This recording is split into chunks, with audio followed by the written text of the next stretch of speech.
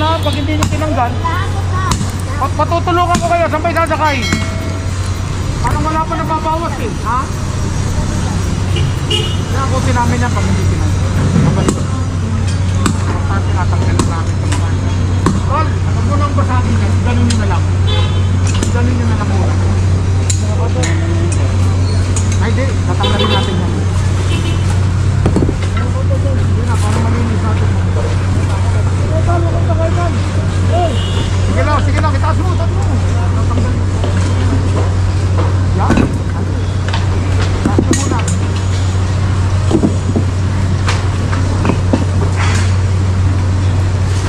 Ito pala yung avenue para talagang ginagawang terminal ng mga taxi, no? Ayan, mga nakaparada rito. Pero may nakalagay naman na no parking on both sides. Pero ayan, kasi ang task force, no? Nag-move na sila. Operation. Pag hindi tinanggal yan, bigyan natin pagkakataon.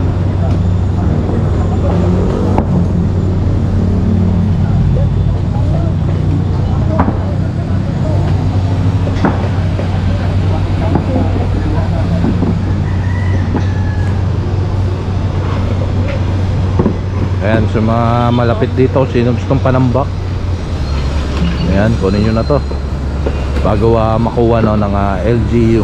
Ayan, LGU po ang kukuha nyan.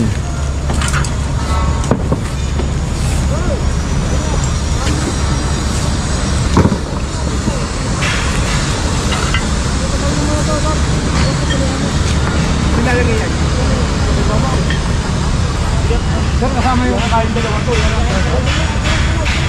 Wala namang kubeta yung ihiyan lang. Oo nga eh. Pangit naman sa publiko yung pinakikita mo yung putotoy mo dyan. Marunong pangit. Malaswa. Ayan.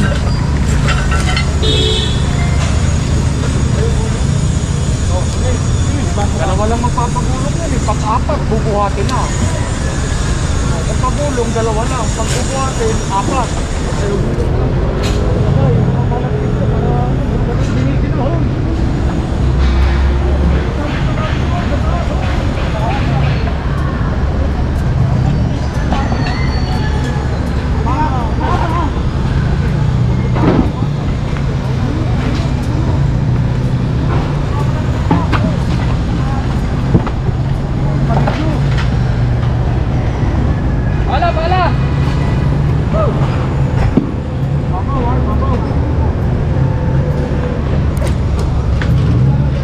Tagal na rin nalang napakinabangan ng mga katambay itong easement o itong bangketa.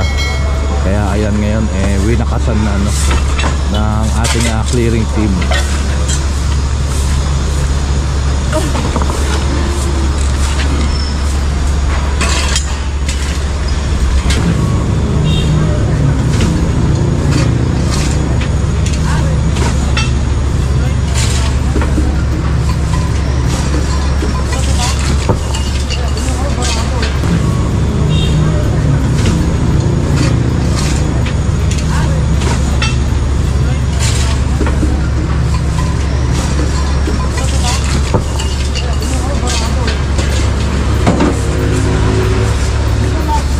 Drainage pa pala to.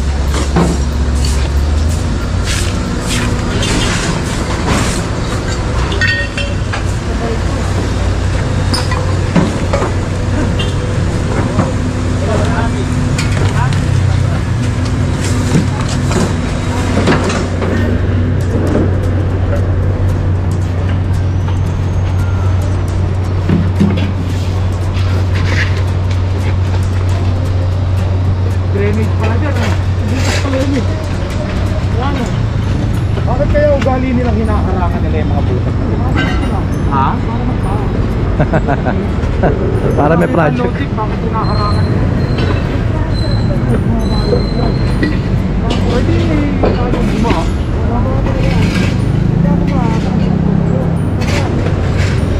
May time na naman.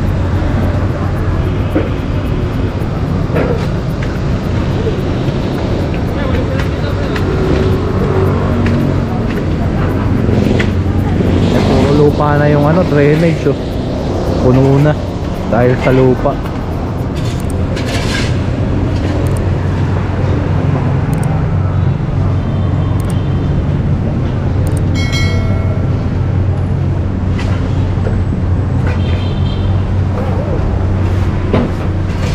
Nakakutin na lang po yan ulit na mga katambay ng LGU.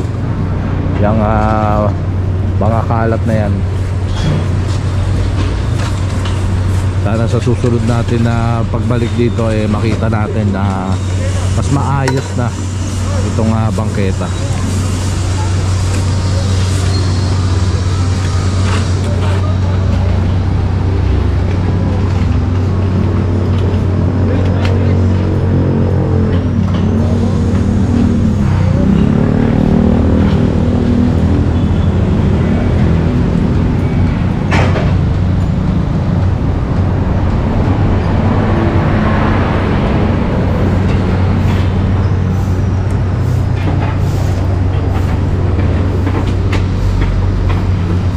Time check muna tayo mga katambay, 8:13 ng umaga. So tingnan nyo, unang lapag puno na rin. Ayun yung mga basura doon, pinapapulot ni Sir Richard para ilagay dito.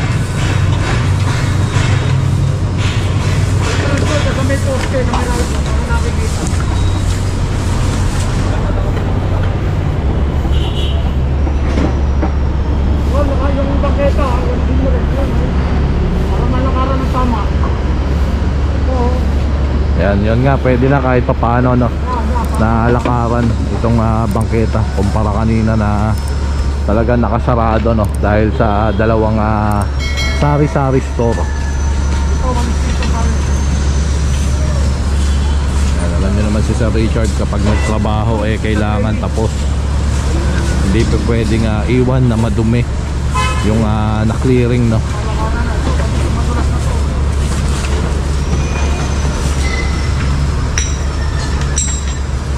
Ganun na lang ang pagmamalasakit ng ating clearing team sa mga mamamayan. Talagang sinisigurado nila na malinis no, ang lalakaran.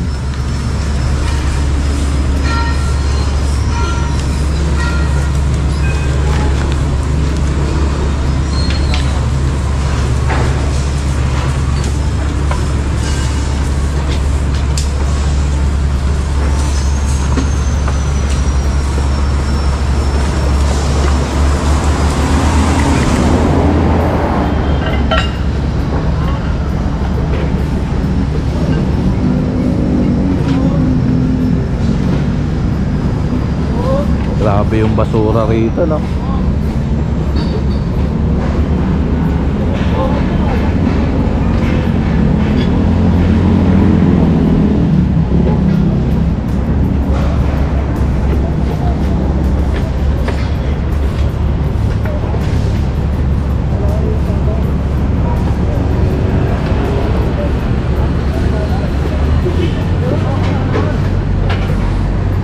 Ayan, unti-unti na tatanggal na itong mga gamit nila nanay no.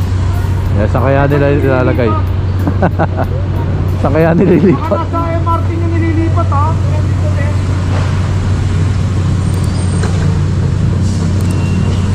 Yan, imbis na isakay kasi sa sasakyan no.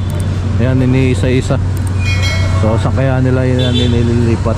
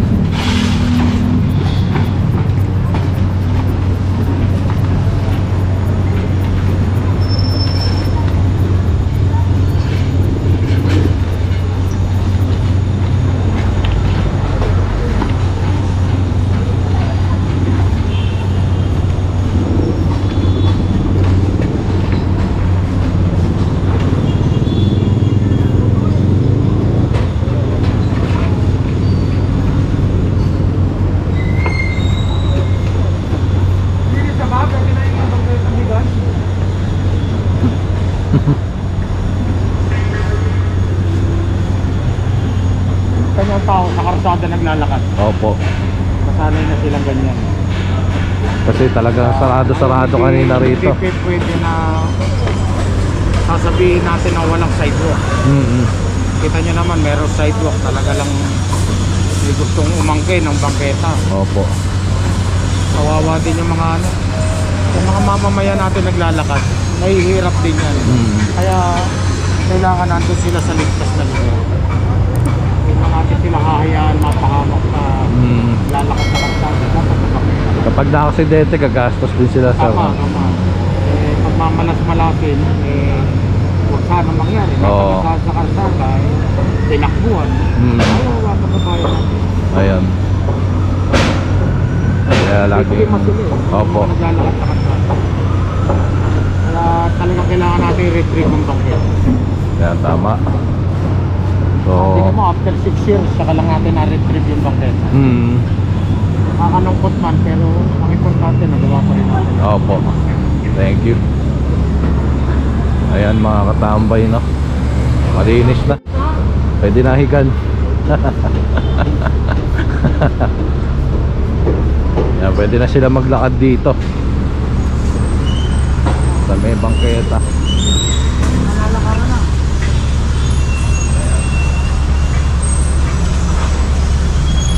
Masapol na, nasa na. Opo. Kahit na mahitig ka na. Hindi ka na rin maiilang kasi wala na nakaharang. Paliliparan na natin, palalaparin na lang. Pero Opo. importante, ilakaran na. Ayan, kasi kanina nakakailang mga katambay, no, na maglakad dito kasi nga may tindahan. Pero ngayon ay kahit pa paano yan, malalakaran na. Itaas mo muna. Itaas mo muna. Tambay sa sakyan nyo. Wala naman kayo sa sakyan. Tambay ang saan ba dadalhin? Saan ba dadalhin? Saan yun? MRT. Ilalim ng MRT. O pinapayagan kayo dun, ha? Pinapayagan kami. O padadala ko dun. Pag hindi pinapayagan, nakutin natin, ha? Pinapayagan kami. Sige, tulungan. Sa mga katambay, dadalhin doon sa MRT pa rin tayo. Tignan natin kung saan dadalhin itong mga paninda nila nanay, no? Sabi nila dito sa may MRT station sa ibaba. So tingnan natin kung saan, kung maayos ba yung paglalagyan nila at pinapayagan ba sila. Ayun si Sir Richard at ang scout, tinutulungan sila.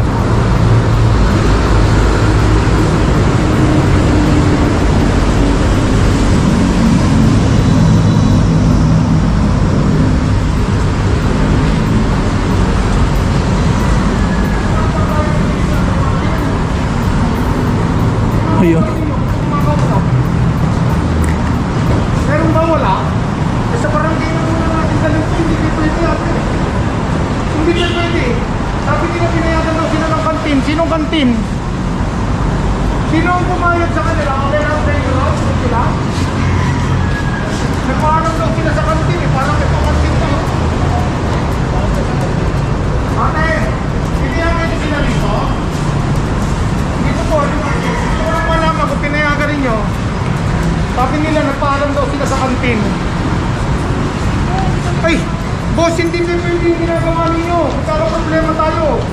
Ayun mga katambay, no? Barangay na lang natin dadalhin. Kunin nyo na yung truck. Kunin nyo na yung truck dito.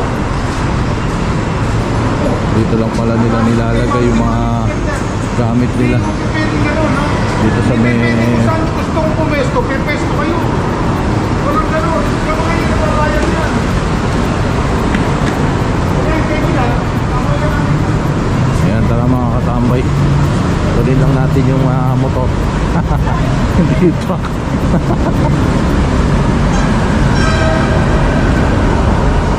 Pwesto na alam sila kung saan nila gusto pwesto, kakatambay, no?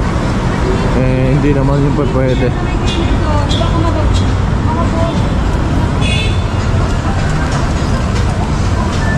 Ayan, dadalhin lang to sa barangay yung mga gamit.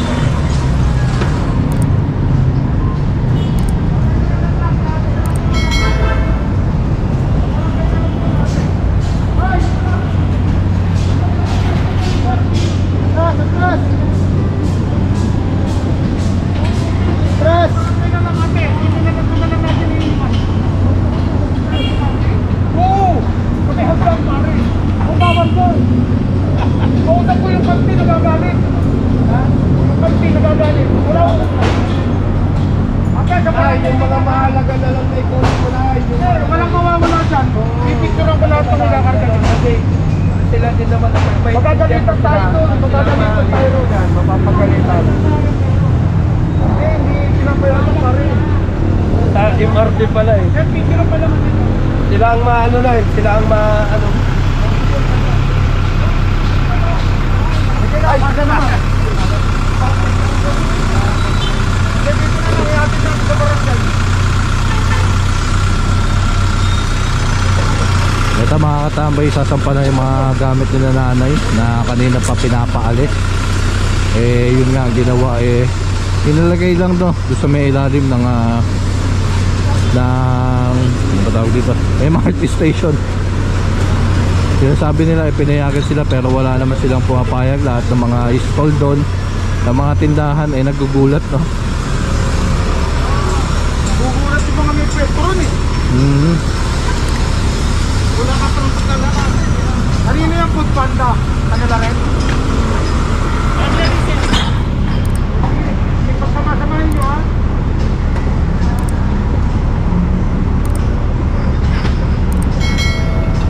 Ayan, tingnan nyo, malinis na. So naalis na rin. I-request nyo na lang, gawa nyo ng ano sa barangay. Pero kasi hindi pwede man na sipin mo, iihi ka dyan, no? Ang dami naman na.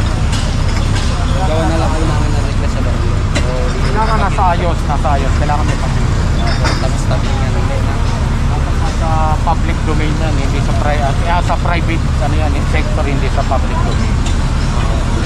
Sabi ko kung pwede ang urinal dito, request kayo, subukan niyo ha, pero yung ganyan hindi pwede kasi medyo malaswa ang tawag niya, malaswa. Ano lang, tatanong lang po namin. Opo, wala. Salamat sir. Ayan, tara mga katambay, karga. Ay mga katambay, eto kinukuha na yung ibang mga naiwan na gamit, no? Para dalhin sa may ano, sa may barangay. Gusto mo sumakay ka na ron para mapantayan mo yung gamit mo sa truck. Tumulo ka muna rito. Magaganit sa atin ang MRT na ginagawa yun. Sabi nyo, pinayagan kayo, hindi naman pala. Ayan.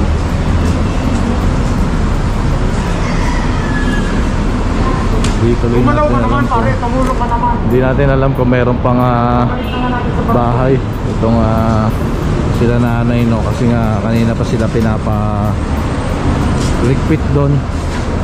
Eh yun, wala naman, hindi naman nila tinatanggal. Tapos tinanggal nila, eh dito lang inilagay sa may MRT. Yan, Quezon Ave, itong MRT station na to, no?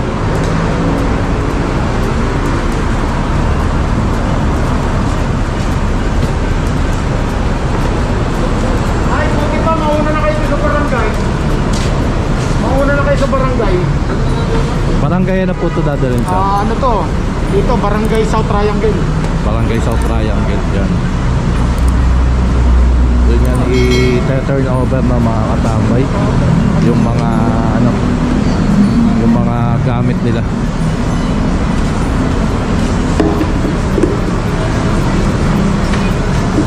Yung nanay, paunahin mo na sa barangay yan.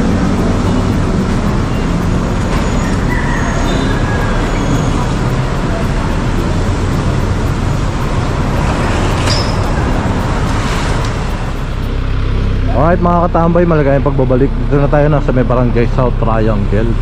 Ayan. Ito na po si nanay yung may-ari.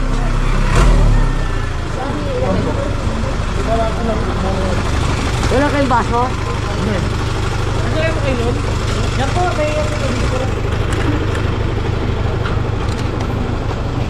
Ayan, nakikipag-coordinate lang si Sir Richard dito sa may barangay para ma-turn over na no, yung ano nila, mga gamit ni nanay. Nanay pa blatter. Sa ano kayo department sir? Sa Task Force Special Operations Sidewalk Clearing Operation.